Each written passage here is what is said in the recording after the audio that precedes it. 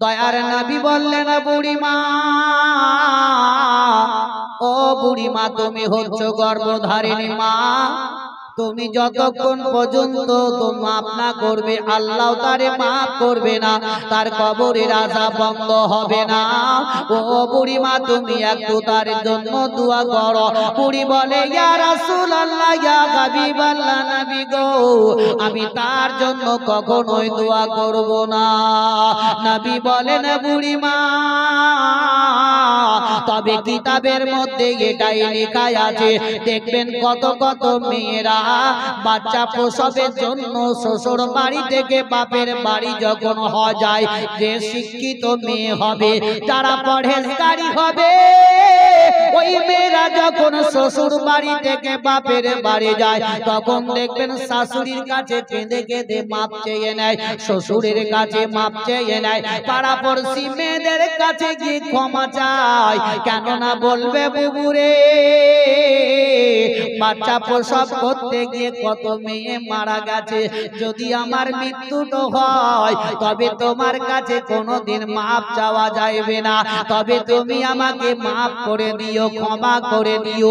আবার কত মেয়ে আছে অহংকারী, দেখবে তারা শ্বশুর শাশুড়িকেও কিছু বলবে না, এমনকি পাড়া পড়শি মা বোনদের কেউ কোনো কথাবার্তা বলবে না।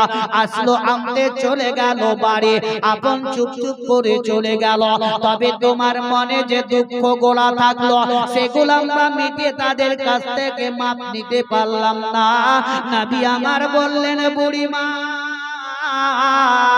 যেই মেয়েটি বাচ্চা প্রসব করতে গিয়ে মারা যায়, ওই মেয়েটি শহীদের দরজা পেয়ে যায়।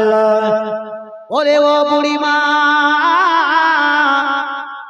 তবে জেনে রাখো যে বাচ্চা প্রসবের সময় মায়েরা যে কষ্টটা পায় গো মা, ওই বাচ্চা প্রসবের সময় যখন কষ্টটা পায়, আর বাচ্চা দুনিয়াতে ভূমিষ্ঠ হওয়ার পরে ওই বাচ্চাটা যখন কেঁদে উঠে, কান্নার আওয়াজটা যখন তার মায়ের কানের মধ্যে চলে যায়, ওই সময় মা পিছনকার বেদনা কষ্ট গোলা একদম সব কিছুই ভুলে যায়। তবে মা তুমি একবার তোমার বেটাকে মাফ করে দাও, নচেত আল্লাহ তারে তোমার মাফ করবে না।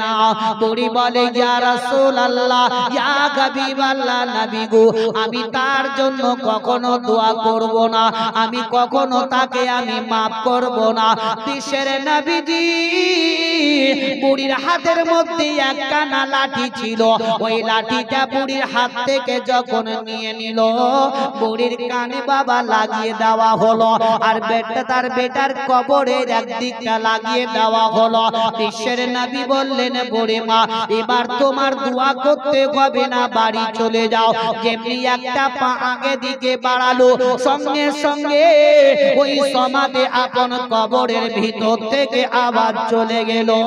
মা গো, তুমি হচ্ছ আমার গর্ভধারিণী মা, তুমি আমাকে ক্ষমা করে দাও মা, তুমি যতক্ষণ পর্যন্ত আমায় মাফ না করবে আল্লাহ আমাকে মাফ করবে না, আমার কবরের আযাব বন্ধ হবে না। ওগো মা, তুমি আমার গর্ভধারিণী মা। বিশ্বের নবীর দিকে বুড়ি তাকিয়ে তাকিয়ে দেখতে দেখতে বলে ইয়া রাসূলুল্লাহ, ওগো আল্লাহর নবী গো, আমার বেটার মুখ থেকে বহুত দিন থেকে মা শব্দ শুনতে পাইনি, আজকে মা বলে আমায় ডাক দিয়েছে ইয়া রাসূলুল্লাহ। আর যেমনি মা বলে ডাক দিল, আমার ভিতরকার বেদনা সব একদম দূর হয়ে গেল। ওই জন্য বলা হয়,